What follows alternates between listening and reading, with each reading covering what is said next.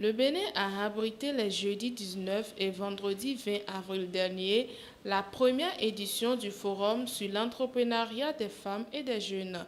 L'initiative émane de la Direction Francophonie économique et numérique, une section de l'Organisation internationale de la francophonie OIF. La cérémonie du lancement de cet événement a eu lieu dans la salle de conférence de la Chambre de commerce et d'industrie du Bénin, CCIB.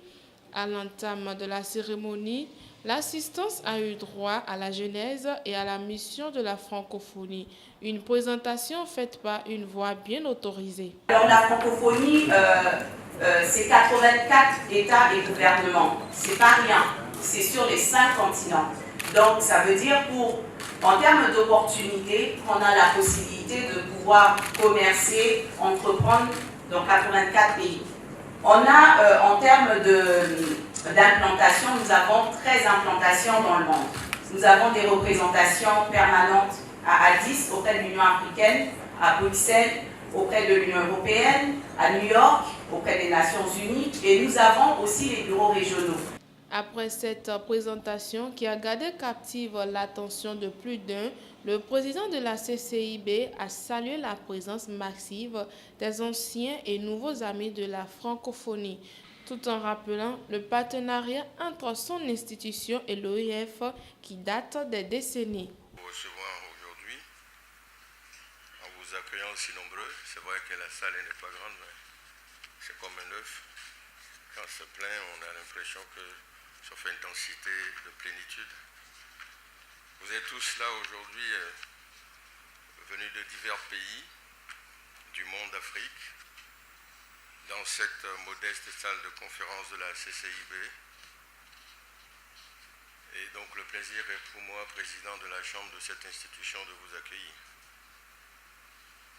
Cette même salle où en décembre 2017, nous avons eu la joie et le plaisir et le grand honneur de recevoir la secrétaire générale de l'OIF en visite officielle au Bénin pour échanger avec les jeunes et les femmes chefs d'entreprise. À l'issue donc de cette rencontre, le vœu avait été émis que des actions concrètes soient initiées pour accompagner l'épanouissement de l'entrepreneuriat africain, notamment féminin, en accord avec la mission et les orientations stratégiques de l'OIF. Dans son mot de bienvenue, Jean-Baptiste Sachivi a exprimé sa gratitude envers l'Organisation internationale de la francophonie avant de présenter quelques doléances. Réfléchir de manière profonde aux difficultés du continent et apporter des solutions novatrices et durables. La Chambre de commerce et d'industrie du Bénin est résolument engagée dans toutes les réflexions au niveau national, continental et international qui positionnent l'entrepreneuriat comme un axe majeur de développement et qui, dès lors, recherche les cadres les plus adaptés pour son développement.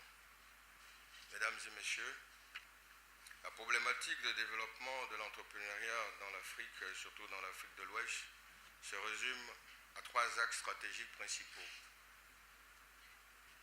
D'abord, les conditions d'existence et de structuration de la petite entreprise pour faciliter sa gestion quotidienne à travers le renforcement des capacités de management des jeunes dirigeants, les conditions fiscales et de consommation massive des ressources humaines adaptées aux réalités financières et économiques des PME, PMI et autres start-up. L'engagement croissant des jeunes Africains est à saluer. Cela représente un grand atout pour le développement de l'Afrique, a martelé le président de la CCIB. Le représentant de la secrétaire générale de la francophonie a remercié à son tour les autorités béninoises qui ont accueilli l'initiative. Pour Eric Adja, l'entrepreneuriat doit commencer au niveau scolaire.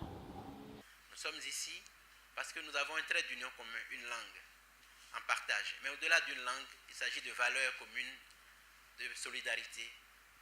Il s'agit de valeurs de diversité. Et c'est ces valeurs que Mme Michaëlle Jean, depuis son accession à la tête de l'OIF, au sommet de Dakar en novembre 2014, souhaite partager à travers ce qu'elle appelle la francophonie des solutions. À travers justement un programme qu'elle a lancé en mars 2016 avec les jeunes qui s'appelle Libre Ensemble. Il s'agit aujourd'hui de vivre libre ensemble dans l'espace francophone. Et pour vivre libre ensemble, il faut d'abord créer de la richesse. Et la conviction de l'OIF, c'est que seule l'entreprise est créatrice de richesse et d'innovation pour nos économies. C'est pourquoi l'OIF s'associera aussi à cette initiative de jeunes de l'UEMOA qui s'appelle « Seule l'entreprise sauve », une initiative pour enseigner l'esprit d'entreprise dans les collèges, dans les lycées, dans les universités. Mais l'entrepreneuriat doit commencer déjà au niveau scolaire. Le représentant du ministre des Petites et Moyennes Entreprises, quant à lui, a rappelé la détermination du gouvernement béninois à faire de l'entrepreneuriat le levier du développement et son engagement aux côtés de l'OIF. Nous devons tout faire pour éduquer et former notre jeunesse à l'entreprise. Imaginer, flairer, concevoir, persévérer sont consécutifs du génie d'une jeunesse ambitieuse et soucieuse de prendre en main le destin de toute une génération. Il est de notre devoir donc d'instaurer le cadre institutionnel propice, ainsi que les conditions nécessaires pour susciter et développer chez nos jeunes la culture de l'audace, de l'excellence et du succès. Honorables invités, mesdames et messieurs, au Bénin, la question de l'entrepreneuriat et de l'emploi occupe une bonne place dans le programme d'action du gouvernement.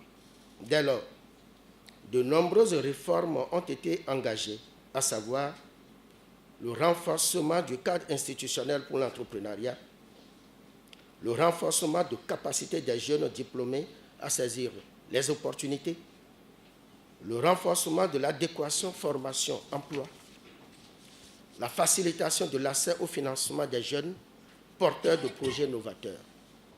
Le discours du lancement officiel du représentant du ministre des PMPE a laissé place à la visite des différents stands animés par des délégations des 8 pays de la sous-région participant à ce forum. La première partie de la première journée a pris fin sur une table ronde institutionnelle.